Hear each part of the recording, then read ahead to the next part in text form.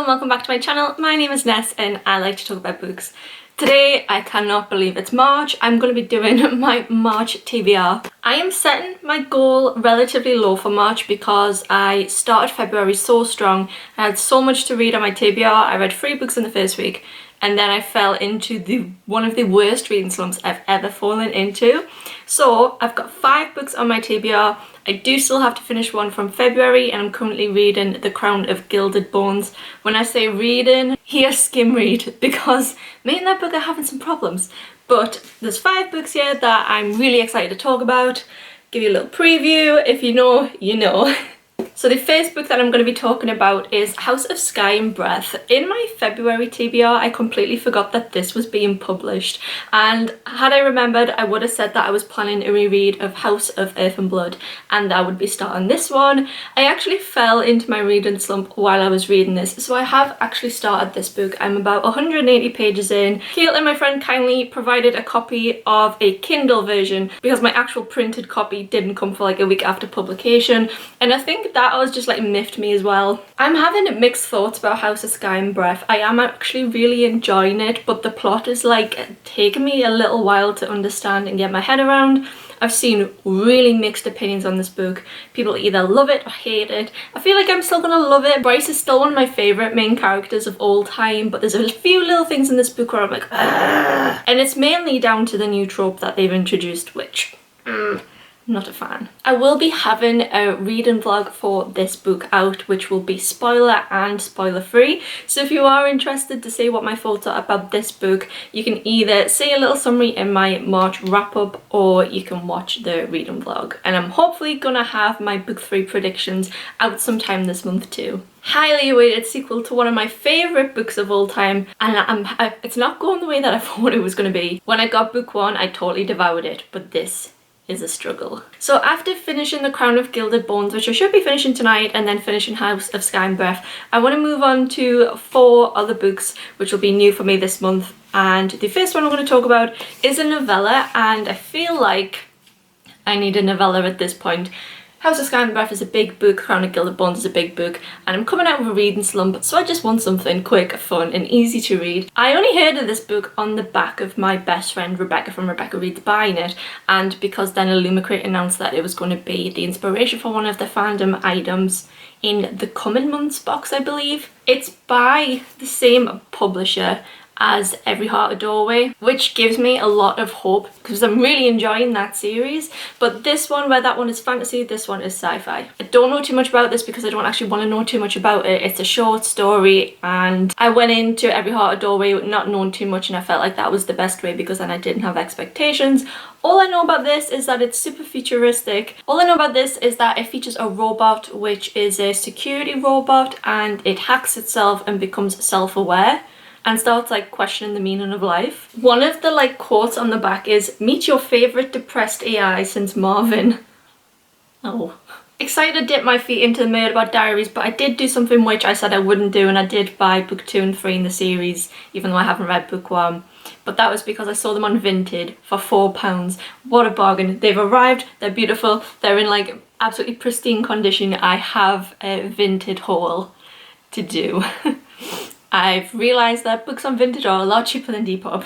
I may have gone on a little bit of a spending spree, okay?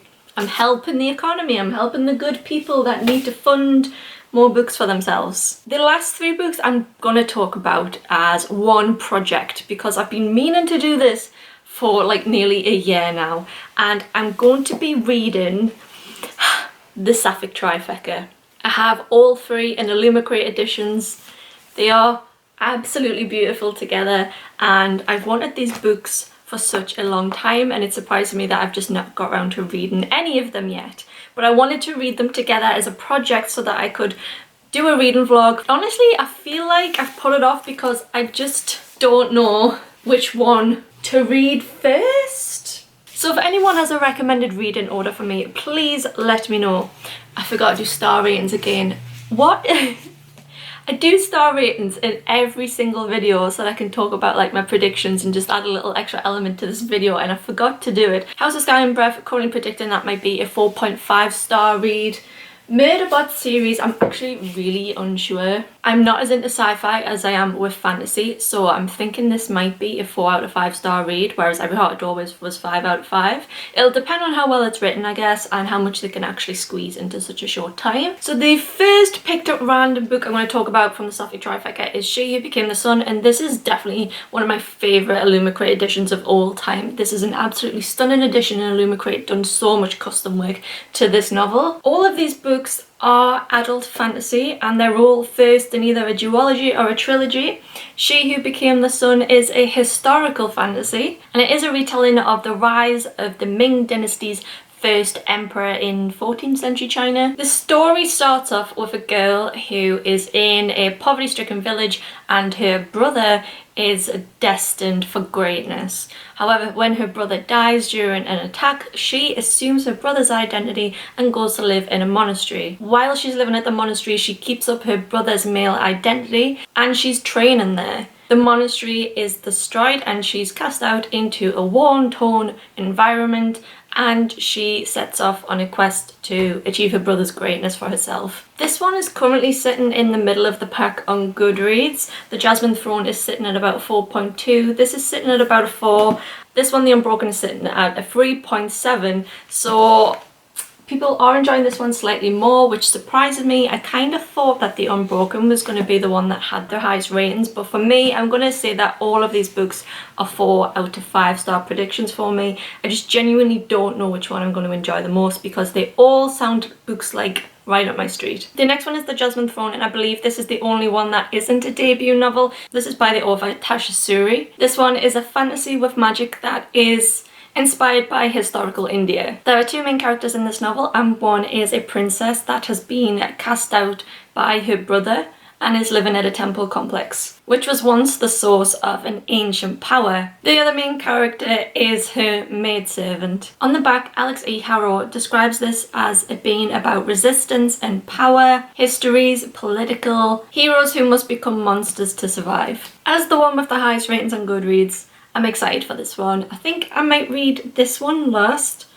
I think I might read The Unbroken first. I'm not sure. Please recommend me a reading order. First, last. Is that a good idea? They're all really heavy books. I'm definitely going to need a short reading break after reading all this. And then the last one to talk about is The Unbroken. The Unbroken is more of a book about revolution. The main character is raised to fight and die for the empire along with her other conscripts, and when a rebellion breaks out in her homeland, she's sent back to try and stop it. This is a book about being occupied and the occupiers. This one seems a little bit more political than the other 2, and generally I like things that are political and make you think. If this one is definitely going to be the heaviest of all of them, as in terms of theme, I'm probably going to read this one first.